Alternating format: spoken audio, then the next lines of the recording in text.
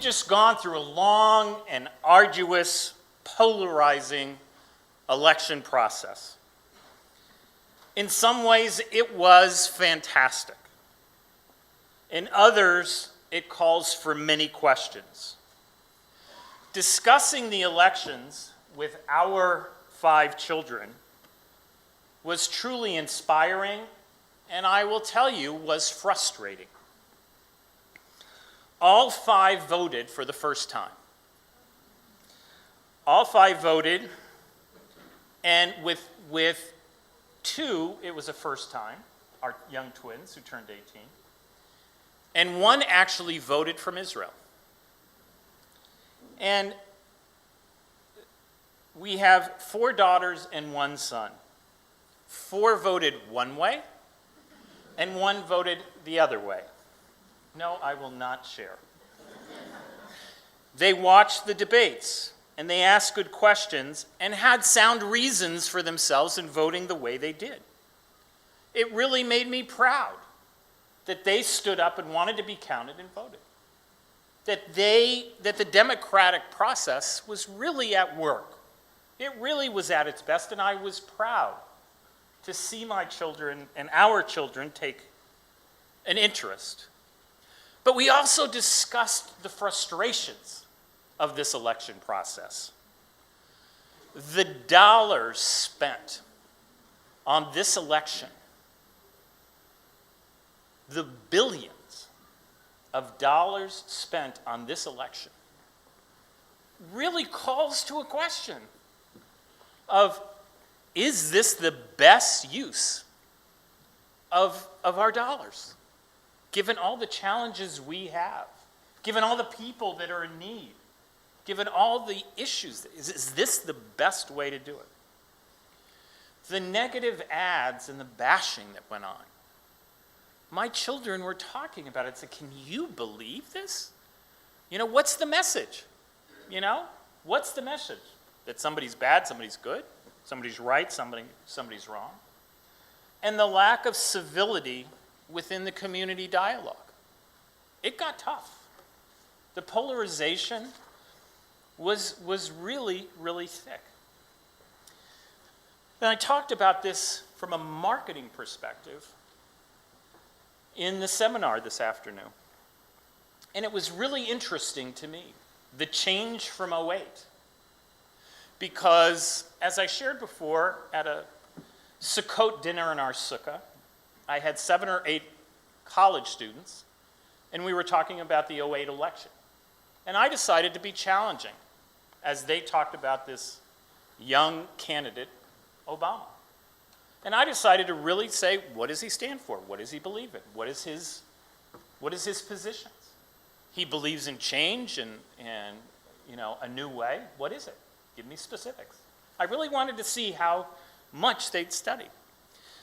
But the one thing that was really interesting was they responded after getting frustrated with me, asking them a million questions. They looked at me and they said, stop messing with my Obama. They had emotionally taken him inside. And there's no stronger connection than one that's emotional. But in talking to those young people at Sukkot this year, they would tell you that he didn't fulfill all their expectations, and that they don't refer to him this time as my Obama, although they also did vote for him. So it's really interesting to see dynamics and changes in behavior of '08 and '12. Now let's talk about the election itself and some implications, some which you may know, and some which may be somewhat interesting. The polls were tight throughout the race, which really speaks to the many thoughts, opinions, and perspectives of the American people. You know what? We as a Jewish people are no stranger to differing perspectives. There's a reason for the famous quip. If you ask a Jew, or if you ask 2 Jews a question, you'll get 3 opinions. You know, during election year, many of those differences become even further pronounced, as the natural reaction when given a question of choice is to often believe that one side is right and one side is wrong. Discourse can become heated, and justifiably so. The issues at stake are critically important to our nation, to our community, and deserving of our attention. And the Jewish community has a long history and positive history of civic participation. And our engagement with public leaders is essential to ensuring they are our partners in caring for the needy and supporting Israel. Voting is a significant part of this engagement. And according to the Religious Action Center's David Saperstein and the Orthodox Union's Nathan Diamond, turnout of Jewish voters in U.S. presidential elections is estimated to be at 80%. That's an extraordinary number, laudably higher than the national average. It's just extraordinary. Whether you found yourself on one side or the other, though Election Day is now past us, and it is really time for us to come together to celebrate what we have in common and what we share as a Jewish people. The lack of civility that happened through the election, the polarization, tells us, okay, it's over. But now it's time to repair our relationships and to build bridges across our gaps. We have the opportunity to unite as a Jewish people, to stand tall and wave the Jewish communal flag. As I talk about some of the elections and some of the election information in the next few minutes, I must put out this commercial message. It is important to note that Jewish Federations of North America is a nonpartisan organization. So we do not support or advocate for any political candidate. Your Jewish federations work with both members and on both sides of the aisle, and had the results been different Tuesday night, we would have worked with the other administration and different winners in Congress with the same focus and urgency. So with that said and that commercial done, and that disclaimer done, let's take a look at some of the results. As we all know, President Obama won the presidential race by an electoral vote margin and a narrower popular vote margin. A little piece of history. President Obama's victory established him as the first Democrat since FDR who in 2 terms won an absolute majority of the votes cast. Interesting. As for the Jewish vote, you've probably heard, and there's different estimates out there. Early estimates show that President Obama won approximately 68 to 70% of the Jewish vote nationally. A predictable substantial margin, but down from the 74 to 76% in 2008.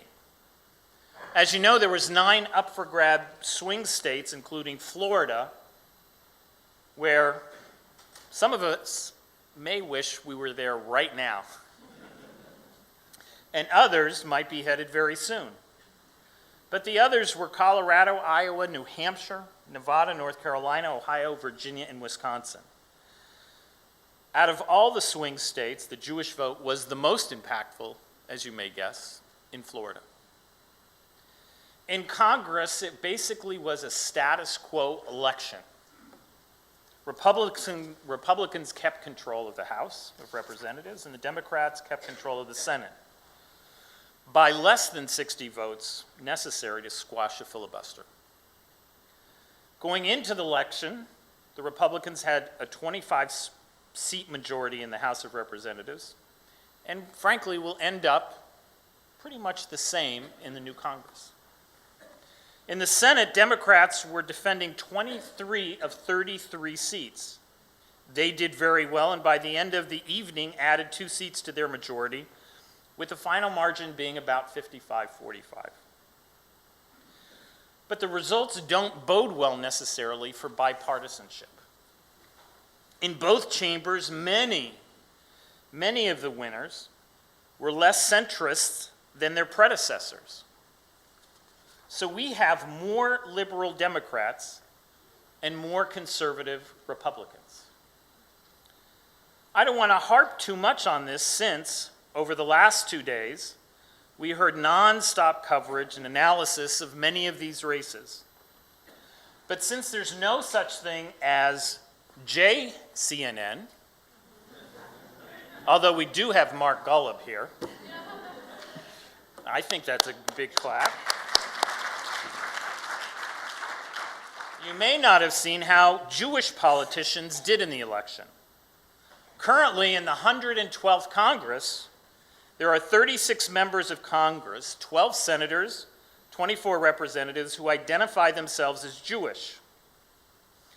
Senator Michael Bennet, who's a Democrat in Colorado, his mother is a Jewish Holocaust survivor, but he does not self-identify as a Jew.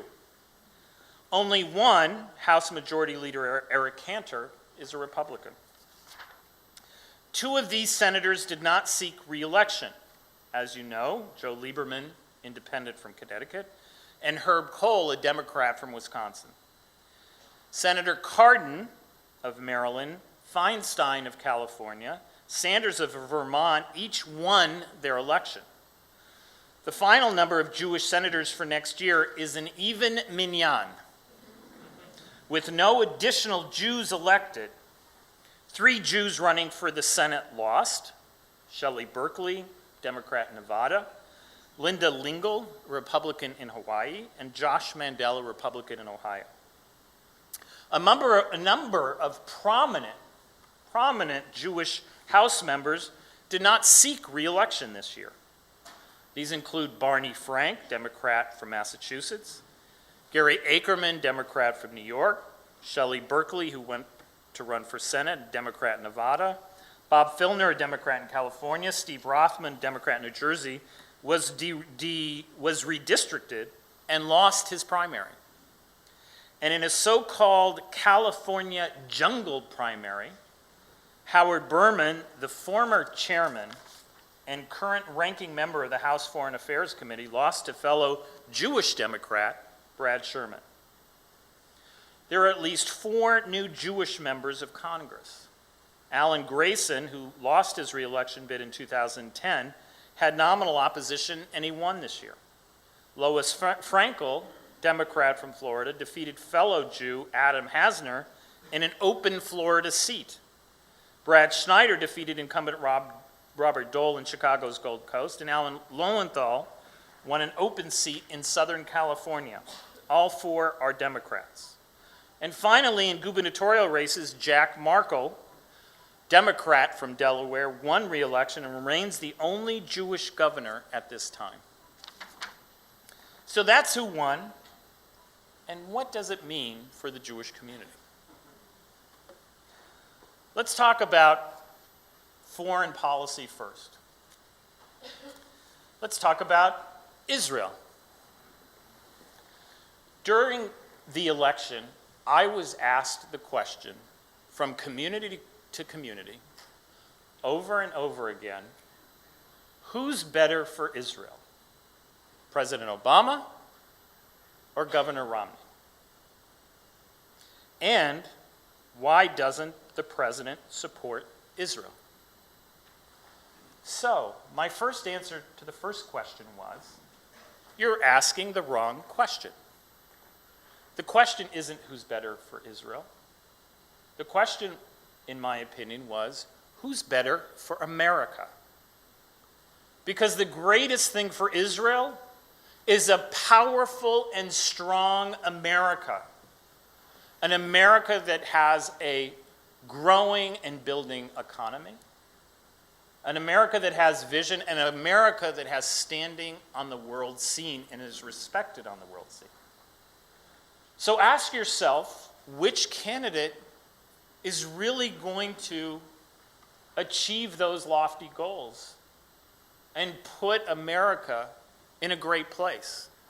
Because the stronger America is, only makes Israel stronger. So that was my answer to that question. And why doesn't the president support Israel? There's a nuance to that question. Why doesn't the president and the prime minister of Israel seemingly get along? An opinion. They're both brilliant. They're both very strong-willed. They both have a touch of arrogance, maybe more than a touch. And they're both very, very strong in their beliefs, in their decisions. Prime Minister Netanyahu is a conservative, and President Obama is a Democrat who may be on a little more than a centrist, maybe more on the left side. So they clash. They don't get along. They respect each other, but that's what we see in the media. But regardless of that, let's look at what's happening underneath. From Ambassador to the United States from Israel, Michael Oren, to anyone you speak to in Israel, whether it's Ehud Barak, Avi Dichter, or anyone else, you hear from them and you hear from the Pentagon. When I was in Israel last week, I'm at breakfast. I see many Secret Service. I see this man dressed up in his blues with 4 stars, and it's General Dempsey, the head of the Joint Chiefs, sitting with Woolsey, the head of the CIA. So, my shyness, I walk over, and I said, it's great that you're here in Israel, and I hear that there's a joint military exercises going on, really trying to take the Iron Dome to the next step to be able to intercept long-range missiles. I hear that the intelligence communities are speaking. There's more dollars from the U.S. government going to support Israel than any time in its history. There's more cooperation going on from the Pentagon and intelligence than any time in its history. And that's what everyone on every side of the aisle, underneath the 2 leaders, will tell you. That what's happening on the ground is nothing short of incredible. So when I'm asked the question, why doesn't the president support Israel? My response always is the same. That, you know what we see is 2 leaders that clash. However, the work that's going on underneath is really something to be proud of. And whoever you want to give credit to for that, you can, but it's happening. It's truly happening on the ground. That's not from me, that's not an opinion. That's what everyone on both sides will share with you. It's just a fact that's going on out there. And it really hit home when I saw the chairman of the Joint Chiefs there, sitting there relaxed, enjoying being in Israel. And it really was fascinating. And, this administration has been very supportive of funding for Israel and with the defense linkages.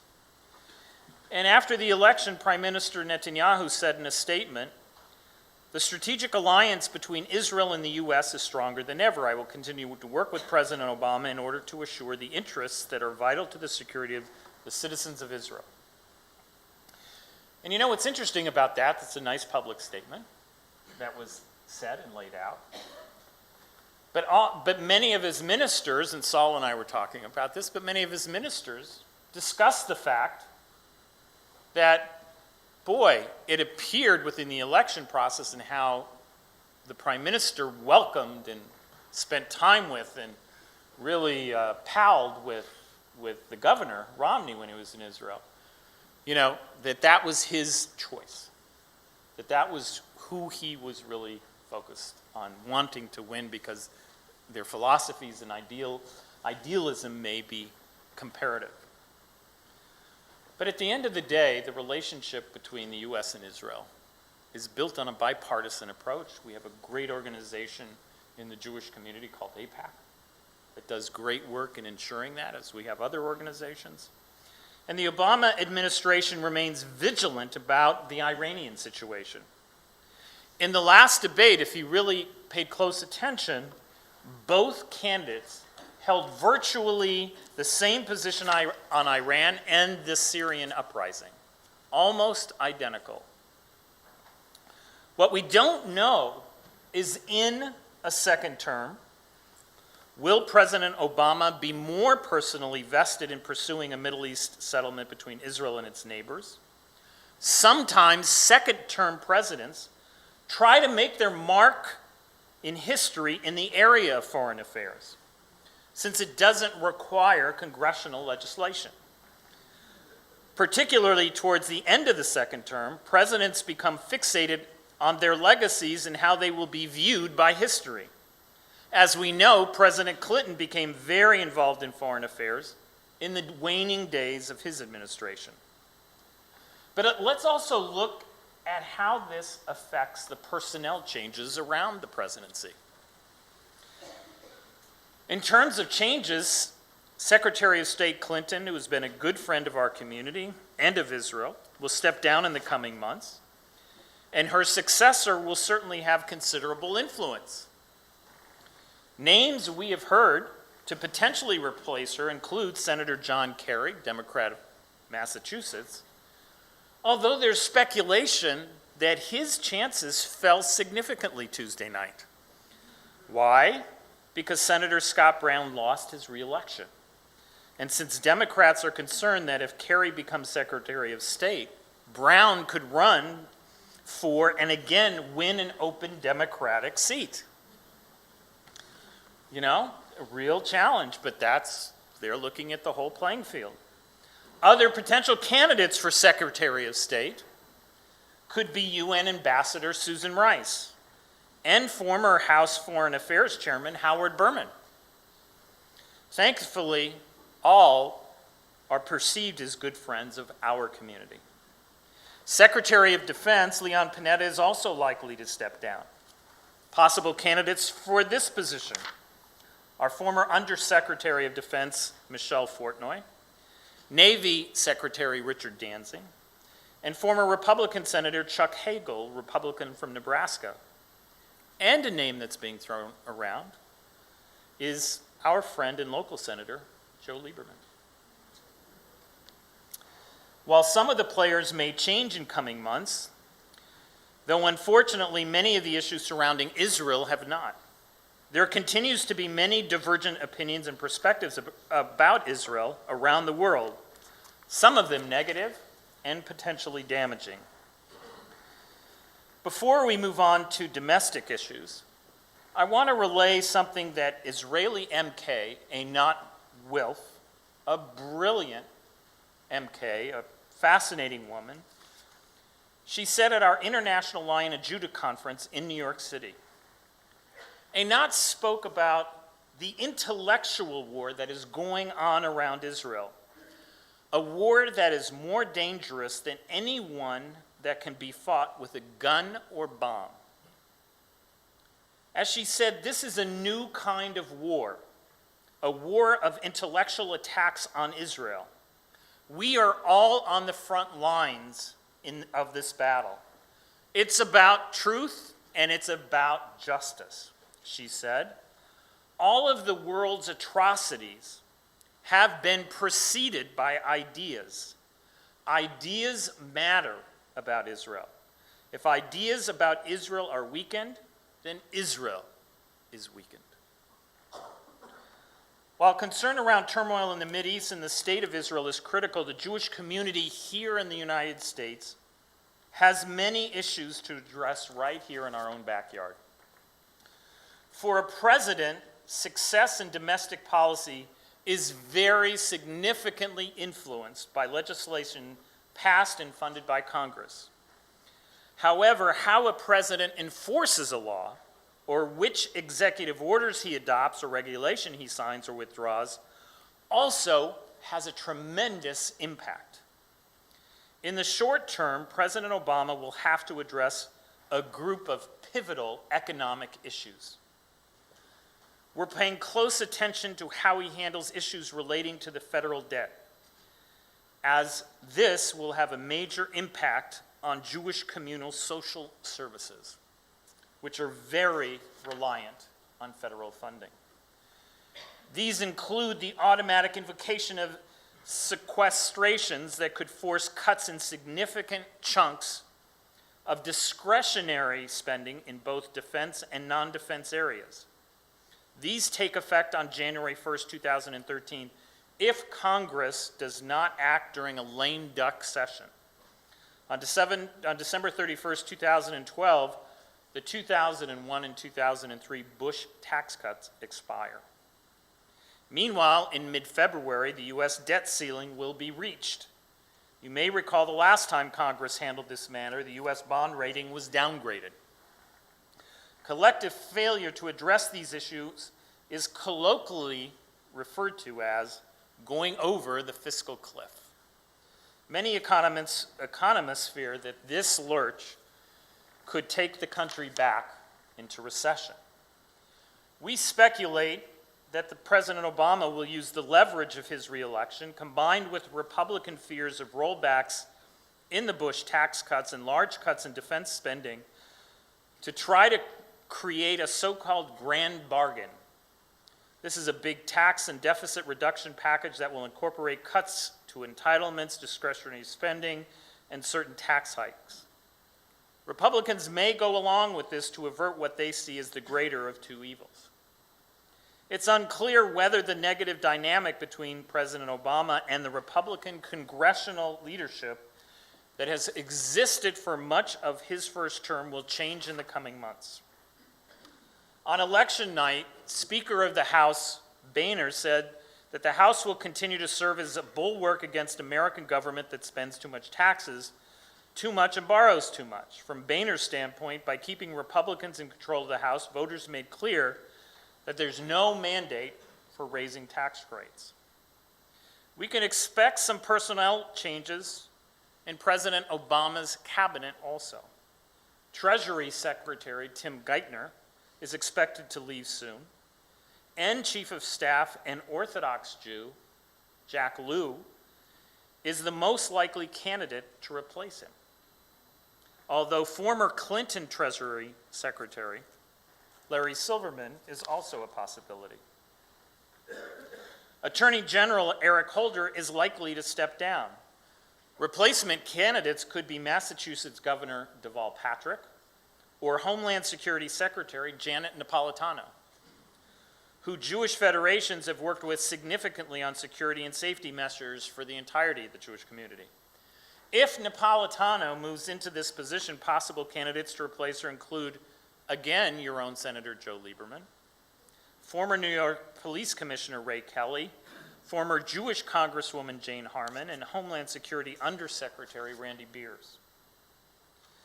In the midst of difficult economic times and budgetary considerations to come, the Jewish Federation's Washington office continues to work with the White House and the second administration and the new Congress to promote the best possible outcomes for priorities that will make a difference in our community. Key areas that we're focused on is leadership in the charitable tax incentive, making sure that that doesn't change. Appropriations for long-term care financing, nonprofit Homeland Security grants, emergency food and shelter, senior transportation, Section 811 housing for persons with disabilities, and a myriad of other safety net programs. These kinds of programs will be cut, but not as much as we have feared. We have value member-designated social services earmarks that federations and their agencies were able to garner during the past decade. But these are not likely to return in the near future. Moreover, we will continue to work with President Obama in opposing turning Medicaid into a block grant.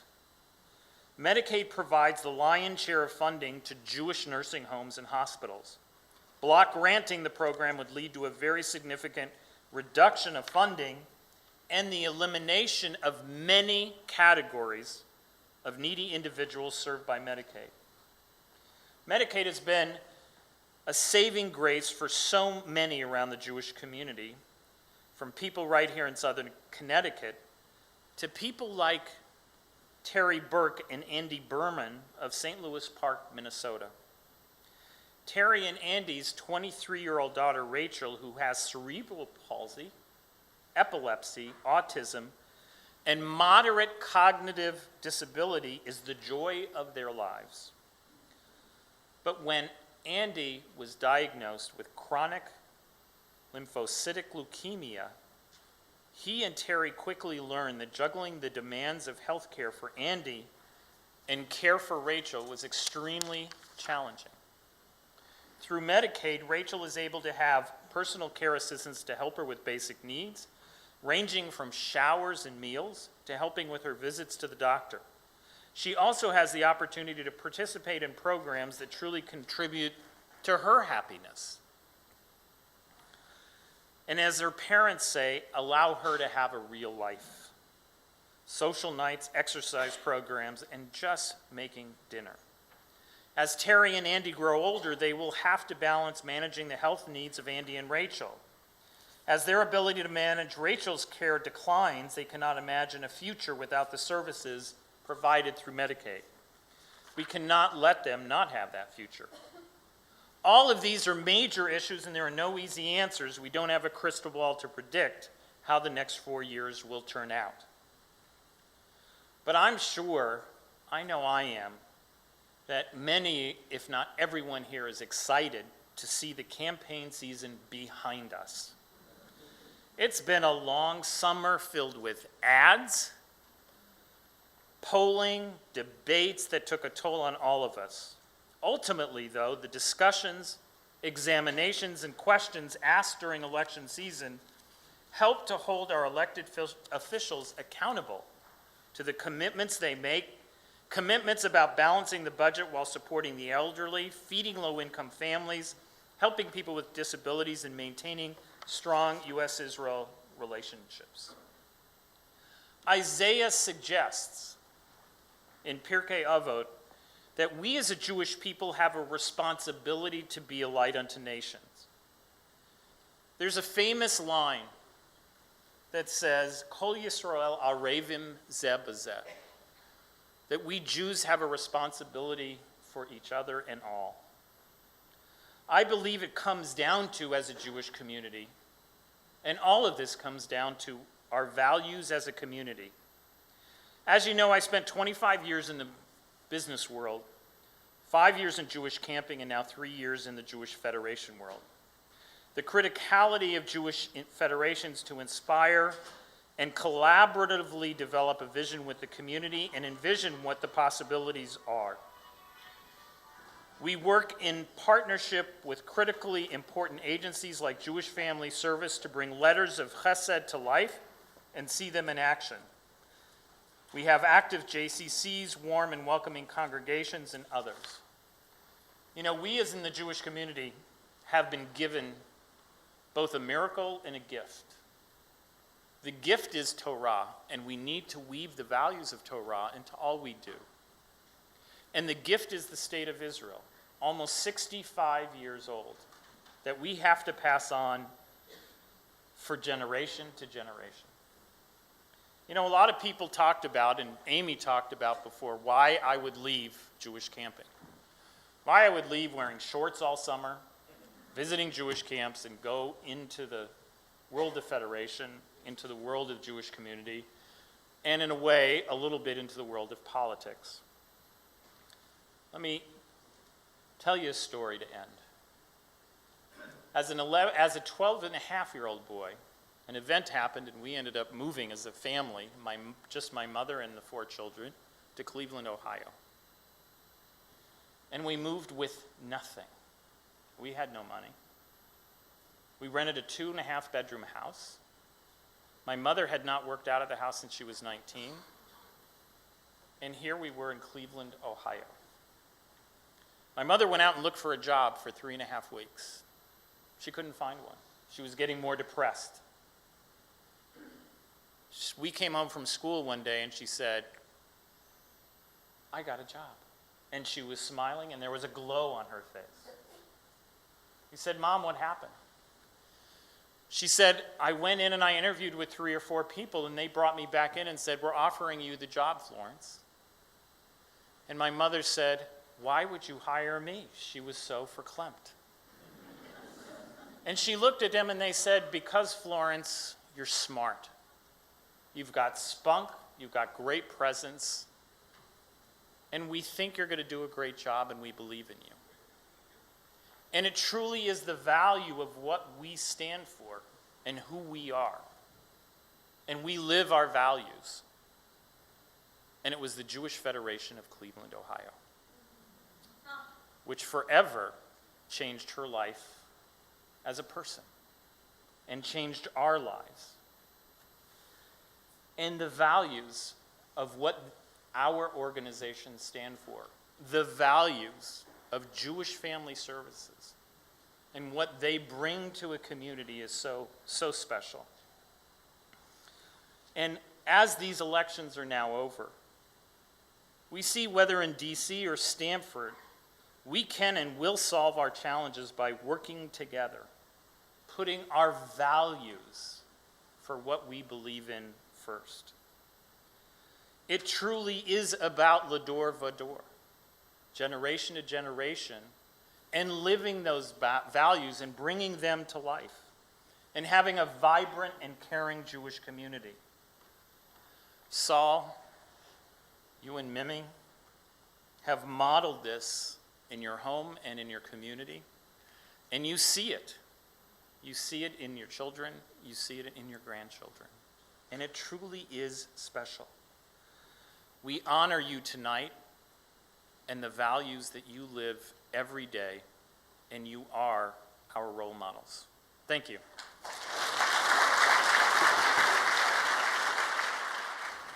As a personal privilege, I'm going to start with the question that I have about our election.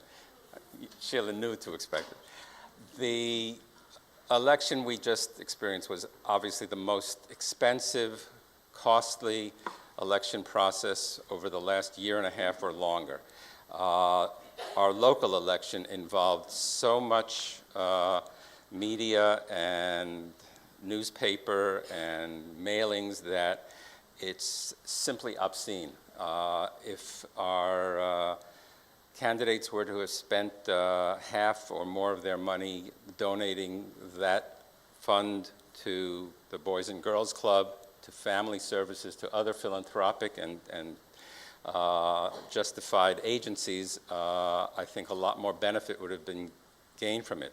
I don't know what Sheldon Adelson's philanthropic record is in terms of the Jewish community, but just think of what the hundreds of millions of dollars that went into supporting both sides on this election could be doing and would be doing had they been offered to organizations like the Federation, and perhaps you can comment on the likelihood of that ever happening. Oh, so the question of election reform.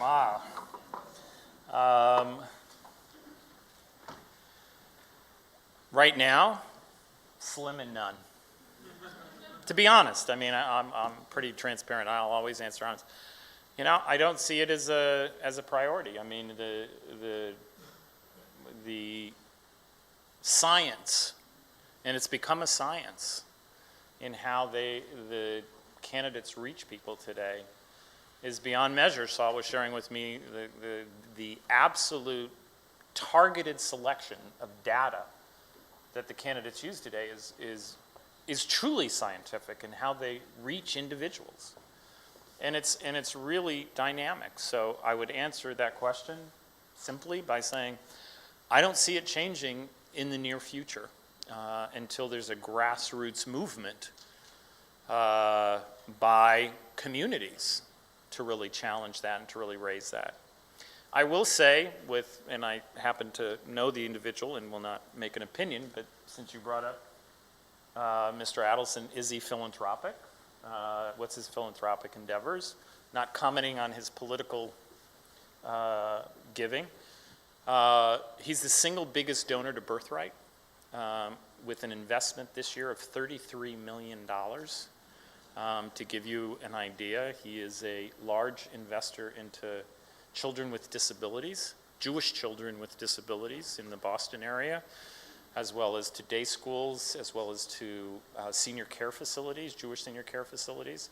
So, you know, one side of the coin, he does his political things, but on the other side, he happens to be an incredibly philanthropic person, both in the Jewish community and beyond.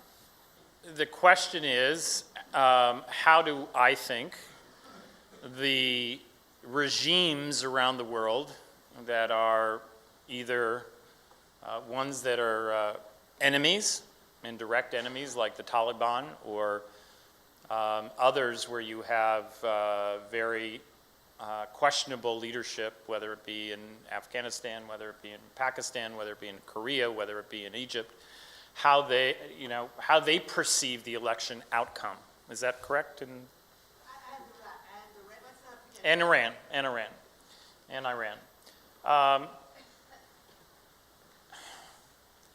On the one hand, I would agree with you and say that I'm a little worried that they would see where the United States is today and has evolved over the last 4 years, and said maybe, that they think that, the U.S. doesn't have a strong standing in the world and will continue not to have such a strong standing, which allows us to maneuver more. And leadership will. However, on the other hand, okay, I would say that,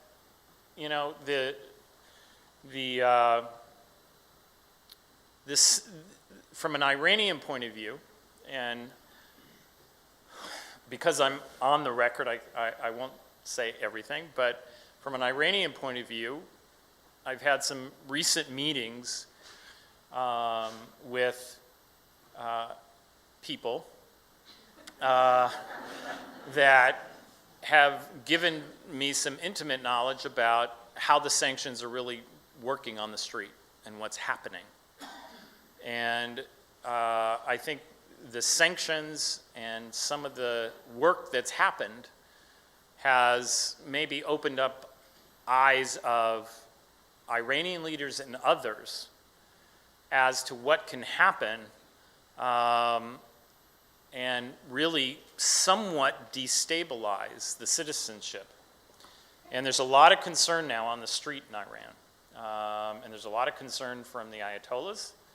And it's going to be an interesting Iranian election that comes up in June. And so, on the other hand, there's certain things that are going on also, not so public, that I'm not sure. My answer would be, and I don't like to give this answer, is I think they're in a wait-and-see mode. Because a second-term president can take a lot more bold risks because he doesn't have to go for re-election. And I think they're in more of a wait-and-see arena and attitude than they are in saying it's good times for us. I really think they're going to be cautious, at least for the next year. And one of the key things, and I said this before about a strong America, is what will be proof to the pudding is what happens with the American economy.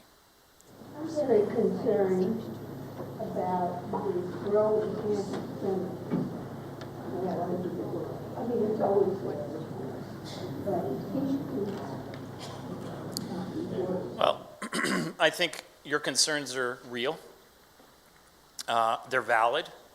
I'm concerned also. I'm concerned about Europe especially. It was interesting. I was with a group 2.5 weeks ago in Rome, and really having dialogue with the Rome Jewish community, having dialogue with senior leaders of the Rome's parliament.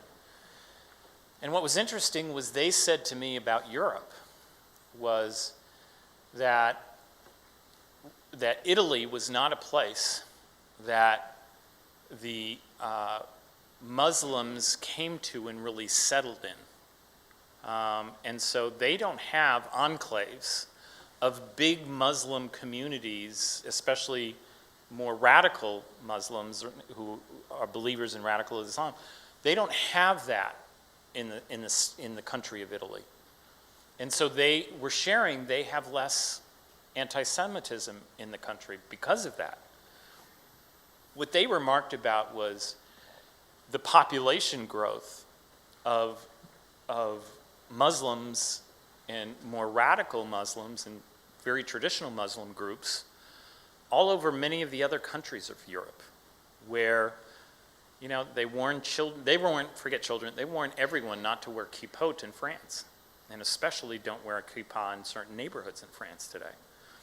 The same thing in London.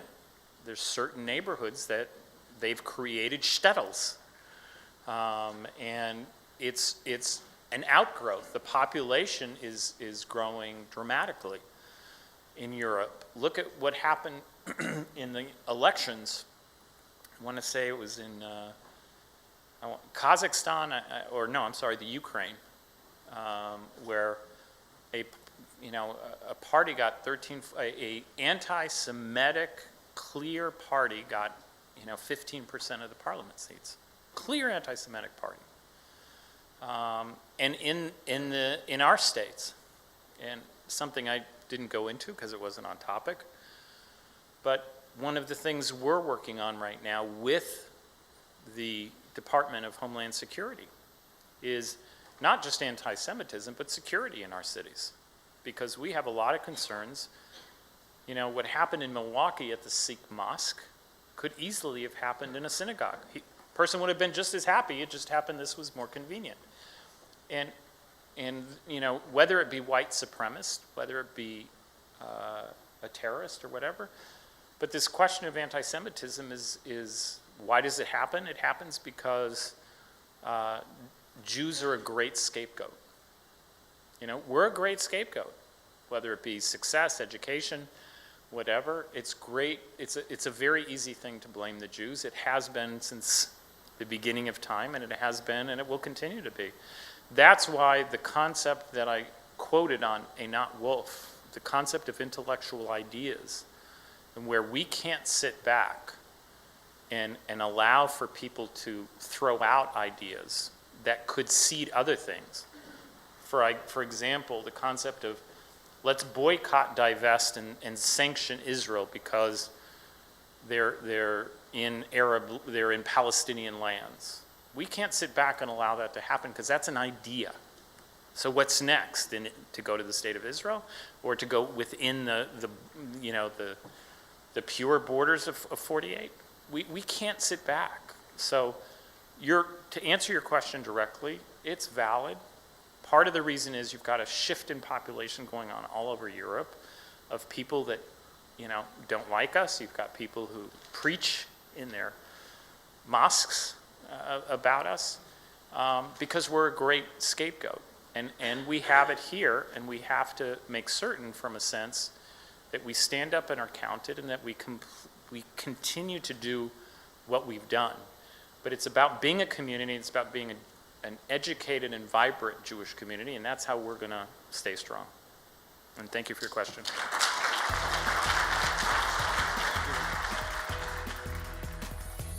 We would be pleased to send a complimentary DVD of this program to anyone who wishes to support Shalom TV with a tax-deductible gift of $36, double chai or more, to the nonprofit organization Jewish Education in Media. Simply visit the Shalom TV website homepage and click on the Donate button to make a donation by PayPal or your credit card. And please indicate the program for which you would like a DVD. Or you can send your tax-deductible check made out to GEM. To GEM, Post Office Box 180, Riverdale Station, Bronx, New York, 10471. And again, please remember to indicate which program you would like to receive on DVD with our compliments. And we thank you for your kind support.